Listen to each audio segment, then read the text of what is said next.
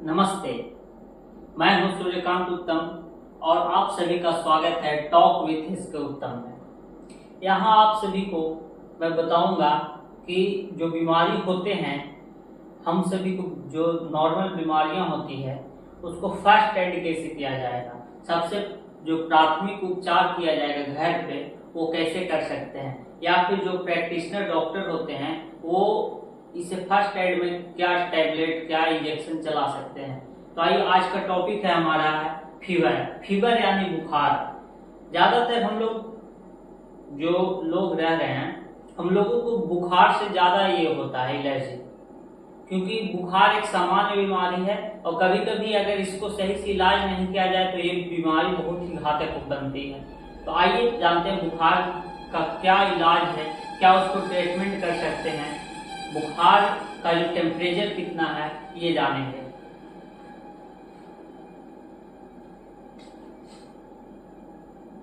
हमारा बॉडी का जो नॉर्मल टेम्परेचर है उससे ज्यादा जो टेम्परेचर हो जाती है, अगर अभी हमारा जो टेम्परेचर है 97, अगर 99 हो जाएगा ये तो बुखार क्या हम लोग इसे कह सकते हैं कि हमें बुखार आ गई है।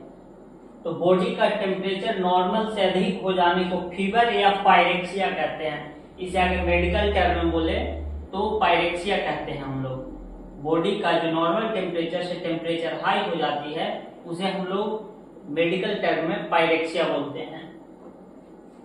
ओरली मापा गया है कि एक एडल्ट स्वस्थ व्यक्ति यानी कि एक व्यक्ति स्वस्थ है, उसका जो शरीर का तापमान होता है 36 डिग्री सेल्सियस से लेकर के 37 डिग्री सेल्सियस में, अगर उसको फारेनहाइट में देखा जाए तो 97.6 यानी 97.6 फारेनहाइट से 98.6 फारेनहाइट के बीच में अगर होता है तो एक नॉर्मल टेम्परेचर है। यानी कि अगर 97.6 से 98.6 फारेनहाइट के बीच में अगर बॉडी का टेम्परेचर रहता है तो उसे हम लोग बुखार ना कहेंगे।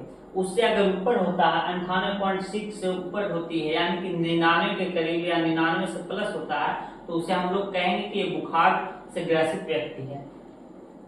अगर बुखार लगने का कारण की बात किया जाए तो सबसे पहले फॉरेन प्रोटेक्शन यानी कि बाहरी संक्रमित जो व्यक्ति होते हैं या बाहरी बहुत से ऐसे चीज होते हैं, फॉरेन बाहरी बैक्टीरिया होते हैं, उसके कारण से भी, इन्फेक्शन से भी बुखार लगती है।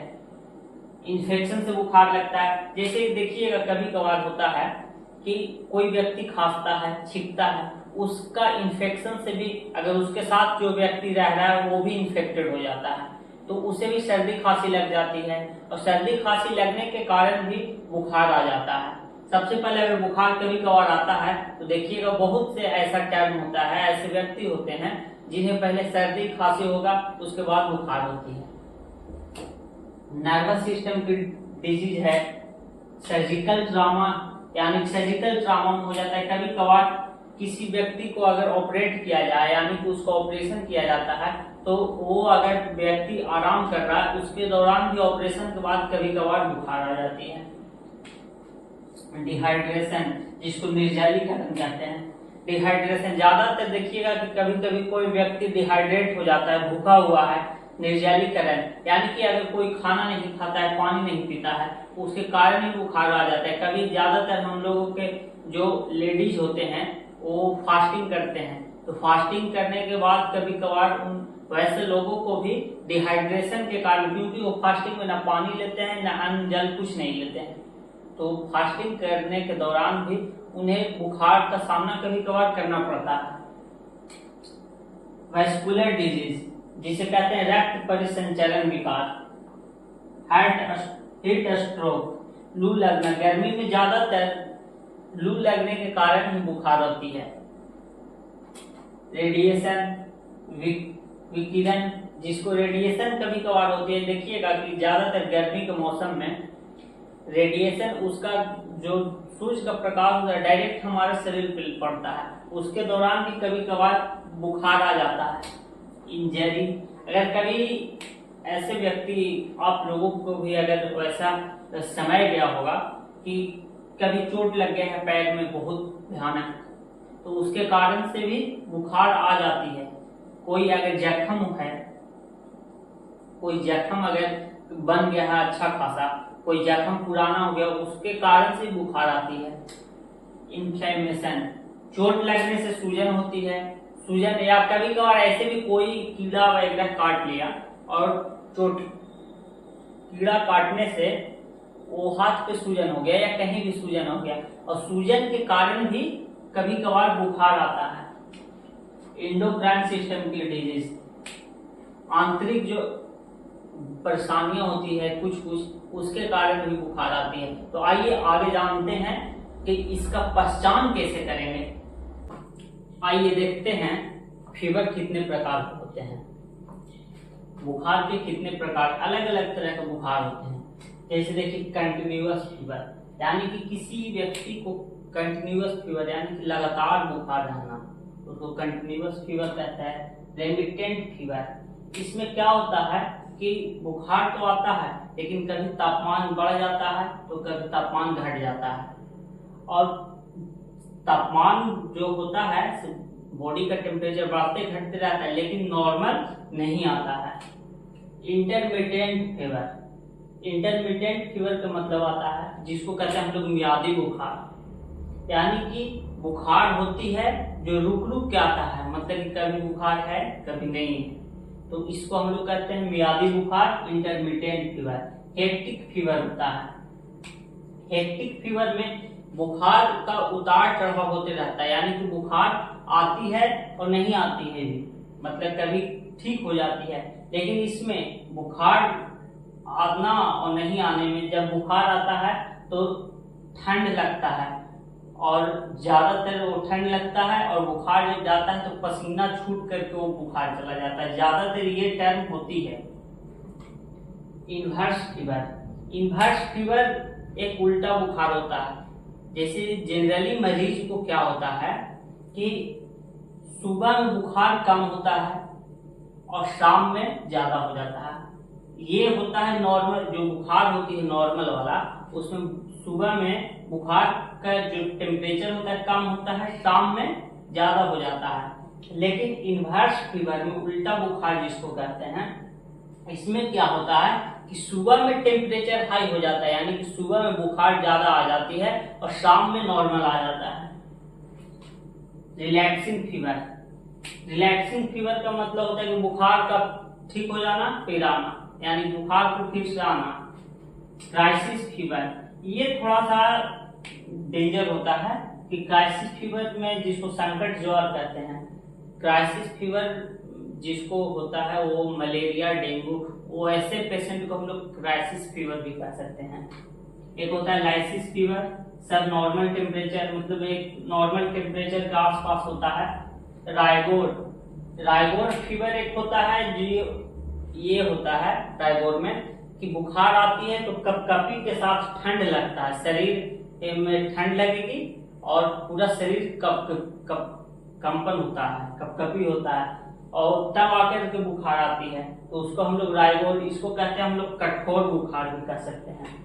हाई टेम्परेचर, यानी कि जो नॉर्मल टेम्परेचर है उससे हाई टेम्परेचर हो जाता है, उसको हाई टेम्परेचर कहेंगे। हाइपरपायरेक्सिया, हाइपरपायरेक्सिया में होता है अत्यधिक बुखार आना, मतलब नॉर्मल टेम्परेचर से ज्यादा बुखार आ जाना, जैसे कि 102, 103, इसको हम लोग हाइपरपायरेक्सिया कहेंगे। मॉडरेट फीवर, यानी कि 99, 100, ये है मॉडरेट फीवर में। लो फीवर 98, 99 के आसपास होता है, वो लो फीवर होता है। तो आइए अब इसके ट्रीटमेंट के बारे में जानते हैं। आइए जानेंगे हम लोग बुखार का जो मरीज होते हैं उनके उपचार कैसे करेंगे। फर्स्ट, पहले भी मैं बता चुका हूँ कि हम लोग एक स्पेशलिस्ट डॉक्टर नहीं बन सकते हैं, इससे हम लोग सिर्फ और सिर्फ फर्स्ट एड कर सकते हैं, यानी कि बुखार आए तो अपने घर पे उसका उपचार कर सकते हैं, क्योंकि तुरंत तो हम लोग स्पेशलिस्ट डॉक्टर के पास नहीं पहुंच सकते हैं। तो पहला उपचार हम लोग कर सकते हैं इससे भी। सबसे पहले मरीज का हिस्ट्री जानेंगे, उसका क्या मतलब बुखार कैसे आया है, कौन सा कारण से आया है, कितने दिनों से आया है। एग्जामिनेशन करेंगे कि क्या क्या उसका दिक्कत हो रहा है। वैसे जो बुखार आया है उस पेशेंट को, वैसे मरीज को हम लोग एग्जामिन करेंगे कि उस मरीज को क्या दिक्कत हो रहा है, सर्दी हो रही है, खांसी हो रही है, दर्द हो रही है, बुखार हो रहा है, तो एग्जामिनेशन करेंगे, उसके बाद इन्वेस्टिगेशन करेंगे, उसका जांच हम लोग भेज देंगे। वैसे मरीज को जांच के लिए हम लोग सीबीसी एक जांच होती है, इसमें कंप्लीट ब्लड काउंट होता है, और एमपी-विडाल यानी कि मलेरिया और टाइफाइड के जांच के लिए भेज देंगे। इतने इस जब तक ये जांच आने में थोड़ा टाइम लगता है, कुछ कई जगह तो 1-2 घंटे में भी आ जाती है, लेकिन अगर इन्वेस्टिगेशन करने के बाद कुछ समय लगते हैं तब तक हम लोग ये ट्रीटमेंट कर सकते हैं। अगर मरीज को बुखार है, अगर मरीज 12 साल 15 साल से ऊपर है, तो ऐसे मरीज को हम लोग डोलो 650 mg, अगर हाई टेम्परेचर है तब, अगर बुखार ज्यादा है तो 650 mg पैरासीटामोल सुबह शाम 2 दिनों तक दे सकते हैं। या फिर टैबलेट नाइस यानी कि नींबू स्लाइड एक गोली सुबह शाम दे सकते हैं, उससे भी आराम मिलेगा। या फिर अगर उससे भी नहीं हो रहा है तो हम लोग डोलो 500 mg में हर 4 घंटा पे मरीज को एक टैबलेट दे सकते हैं। वैसा मरीज जो 15 साल से ऊपर का हो। और जानेंगे कि बुखार का कारण क्या है, क्योंकि कई कारणों से बुखार आती है, जैसे सर्दी खांसी। तो आइए आगे जानते हैं कि बुखार का जो अगर सर्दी खांसी का कारण होता है तो उसमें क्या किया जाए। बुखार के कई कारण भी होते हैं, तो दवाई भी अलग अलग होनी चाहिए, ये नहीं कि सब में पैरासीटामोल इसी देने से ठीक हो जाएगा। अगर बुखार सर्दी और खांसी के कारण है, सर्दी ज्यादा है और खांसी है, तो उस वैसा में टैबलेट दूसरा चलती है, ये नहीं कि सिर्फ डोलो से ठीक हो जाएगा। तो टैबलेट सॉल्विन कोल्ड, ये ब्रांड नेम है, इसका ब्रांड नेम एक और है सिनारेस्ट, वो भी बहुत ही फेमस ब्रांड नेम है। इसका जो साल्ट नेम है पैरासीटामोल, फेनाइलफ्रीन और क्लोराफेनारामाइन, ये एक टैबलेट सुबह शाम दे सकते हैं। सर्दी अगर है और खांसी है तो टैबलेट टेक्जिन 10 यानी कि लिवोसिट्रिजिन टैबलेट आती है, उसका साल्ट नेम लिवोसिट्रिजिन है, एक टैबलेट सुबह शाम दे सकते हैं। और कालकोल ब्रांड नेम है, इसका और भी नाम है डोलो, तो इसका जो साल्ट नेम हो गया पैरासीटामोल। कालकोल आपको कंपनी का जो नाम है, अपना अपना ब्रांडिंग नाम होता है, लेकिन आप ज्यादातर ध्यान दीजिएगा तो उसका साल्ट नेम क्या होता है, तो पैरासीटामोल 500 mg एक टैबलेट सुबह शाम दे सकते हैं। बुखार के और भी कई कारण हो सकते हैं, कई इन्फेक्शन होते हैं। अगर एंटी माइक्रोबियल इन्फेक्शन होते हैं तो ऐसे में अलग दवाई चलता है। तो आइए देखते हैं आगे कौन से कारण है। सबसे पहले जो इन्फेक्शन होता है, किस कारण से इन्फेक्शन होता है, अगर उसको हम लोग डिटेक्ट करेंगे, पहले पहचानेंगे कि कारण क्या है इन्फेक्शन होने का, उसमें हम लोग एंटी माइक्रोबियल ड्रग चला सकते हैं। अगर इन्फेक्शन पता चल जाए तो यानी कि एंटीबायोटिक्स ड्रग्स चला सकते हैं, लेकिन वो विशेष जानकारी हो तभी एंटीबायोटिक्स चलाए। अगर बुखार उल्टी और लूज मोशन के कारण से होती है तो ऐसे में हम लोग दवाई चला सकते हैं, टैबलेट डोलो पैरासीटामोल। ये पैरासीटामोल हम लोग एक टैबलेट चला सकते हैं, या एक से अधिक अगर चलाना हो तो उसका जरूरी के अनुसार, यानी कि लूज मोशन उसका कैसा है, अगर उल्टी हो रही है तो कैसा है, उसके अनुसार हम लोग चला जाएंगे। टैबलेट डोमस्टाल, इसका साल्ट नेम है डोमपेडोन, 10 mg में आती है ये डोमपेडोन टैबलेट। ये हम लोग एक टैबलेट चलाएंगे और उससे अधिक अगर चलाना हो तो हम लोग इसको, अगर जरूरी है वैसा मरीज को, तभी चलाएं उसके जरूरत के अनुसार, नहीं तो हम लोग अगर विशेष जानकारी है तो ये टैबलेट को ज्यादा ना चलाएं। और टैबलेट है पेरिसेट एमडी, इसका है साल्ट नेम ओंडास्ट्रोन। ये भी टैबलेट आप लोग एक टैबलेट चला सकते हैं, या फिर इससे अधिक चलाना हो तो उसके जरूरत के अनुसार चलाएं कि मरीज का स्थिति कैसा है। और लूज मोशन पेशेंट को होता है तो पेशेंट को लूज मोशन में टैबलेट जेनफ्लॉक्स ओजेड चलाएं, इसका साल्ट नेम है ओफ्लोक्सासिन ओरेंडाजोल, एक टैबलेट सुबह शाम। और अगर लूज मोशन पेशेंट को वोमिटिंग होता है तो ऐसा पेशेंट को हम लोग हर घंटे, हर 10-15 मिनट पे हम लोग पानी में इलेक्ट्रल पाउडर को मिला करके देते जाएंगे, ताकि उस डिहाइड्रेशन उसको ना हो, और उसका इन्वेस्टिगेशन आगे करेंगे, उसका सही से जांच करेंगे, उसका ब्लड सैंपल भेज देंगे आगे। अगर पेशेंट इतना से भी अगर रिलीफ नहीं आता है, पेशेंट को आराम नहीं मिलता है, तो मरीज का ब्लड सैंपल आगे भेज देंगे हम लोग जांच के लिए कि कौन सा कारण से होता है, कौन से कारण से बुखार आ रही है और ये लूज मोशन वगैरह आ रहा है। अगर इतना से नहीं होता है तो किसी अच्छे डॉक्टर से परामर्श लें। और मैं पहले ही बता दिया हूँ, ये हम लोग एक फर्स्ट एड की तरह ही यूज करेंगे। धन्यवाद।